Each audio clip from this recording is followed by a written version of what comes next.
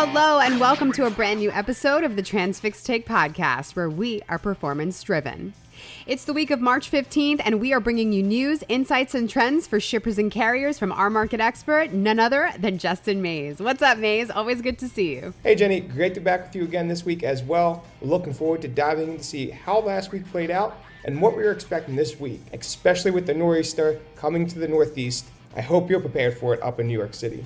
Well, Mays, as I record this episode with you today, I'm looking outside of my window and it is just a little bit of flurry, so not that bad. But tell me, what did you see last week when it came to rates? Well, Jenny, looking back on the last week, we definitely started seeing more noticeable declines in the national average rates.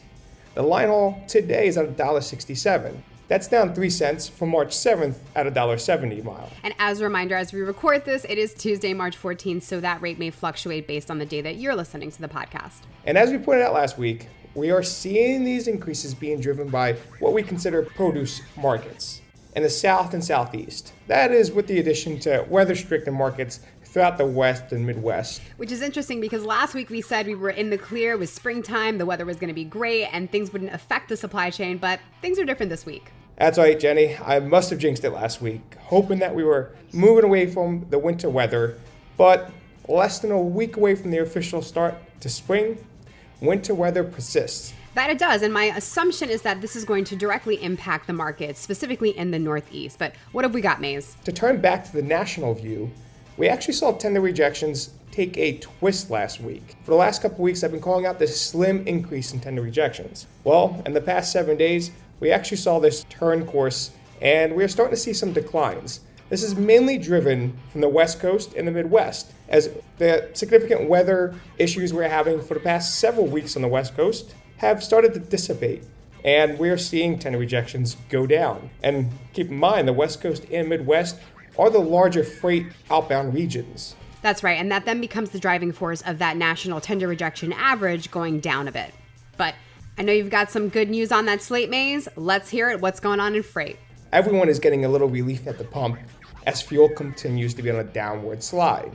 The national average diesel price continues its 6-week trend downward, declining nearly 40 cents from where we left January. So there is some relief for carriers and shippers out there, and just average day consumers like you and I. That's right. And then last time we saw that 46-cent spread was back in October of last year. But Mays, you know what it's time for. It's the regional breakdown. Well, Jenny, let's dive into it. And we're going to start off in the Northeast. As I stated, the Northeast is expecting a pretty significant weather event, and we are going to most likely see tender rejections increase in the harder hit markets in upstate New York and other parts of New England.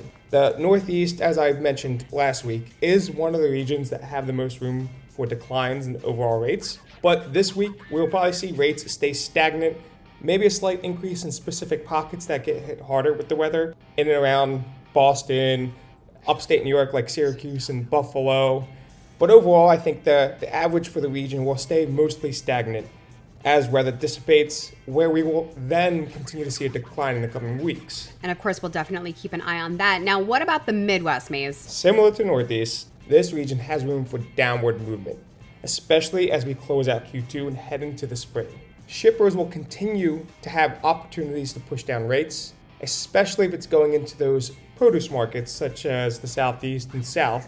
But in the reverse, freight heading to the Midwest will become more difficult to cover. And let's jump on down now to the coastal region. This region continues to be relatively flat. We are not seeing loosening or tightening. It really depends on where the freight is destined. Freight destined for the Southeast or South is likely seeing declines, especially if it's going to South Florida. That is where we're seeing some pretty sizable declines. And freight going to the West Coast, of course, is still not the most ideal freight for carriers. It'll be interesting to see when this does change, because we have seen this for the coastal region and the West Coast for quite some time now. But why don't we make our way over to the Southeast region?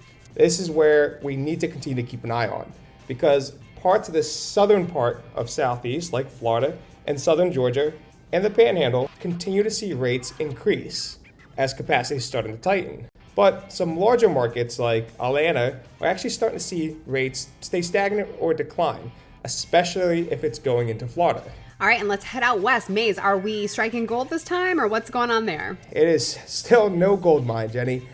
Rates continue to move downward after a bump due to weather, but this coming week we're most likely going to continue to see these rates fall, hitting a near bottom in the coming weeks. Moving on to the south is similar to the southeast.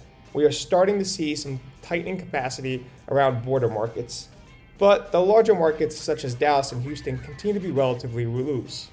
In the coming weeks, we expect it to play out similar to the southeast. The border markets impacted by produce season will likely continue to tighten, pulling Dallas and Houston along with it later throughout the process of produce season. And for historicals, where we were last year around the same time at the start of produce season, some of the tighter markets, according to DAT, actually were in the Twin Falls, Idaho region, the San Luis Valley in Colorado, Central and South Florida, Eastern North Carolina, Columbia Basin, Washington, and Minnesota, North Dakota Valley. So while we're not exactly where we were last year, this is something that we're definitely going to keep an eye on as we expect a more normal produce season in 23. That's right, Jenny.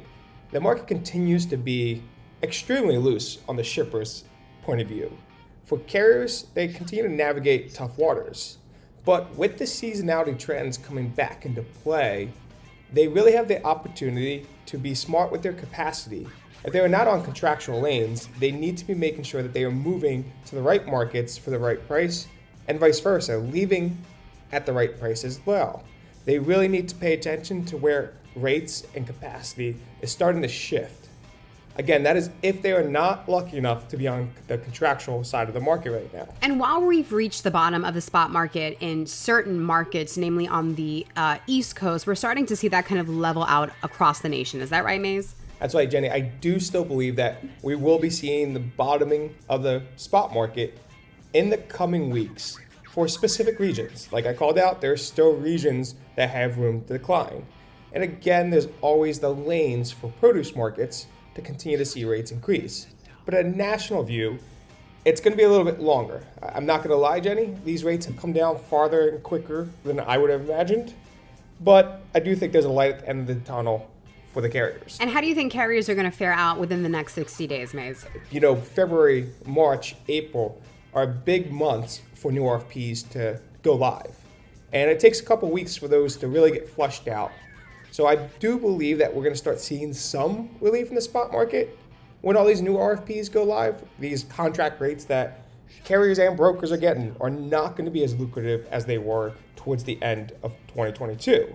Again, I cannot emphasize, Jenny, how important it is if you are running in the spot market to be on top of the market and know how much and where to be sending your trucks. It's why we do this market update. It's not just for shippers, it is also for carriers to stay on top of the market each week. That said, we will see you next week with an all-new episode of the Transfix Take podcast. Maze, enjoy your well-deserved vacation, and until then, drive safely.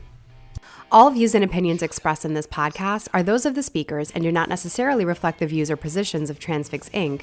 or any parent companies or affiliates or the companies with which the participants are affiliated and may have been previously disseminated by them. The views and opinions expressed in this podcast are based upon information considered reliable, but neither Transfix Inc. nor its affiliates nor the companies with which the participants are affiliated warrant its completeness or accuracy, and it should not be relied upon as such. All views and opinions are subject to change.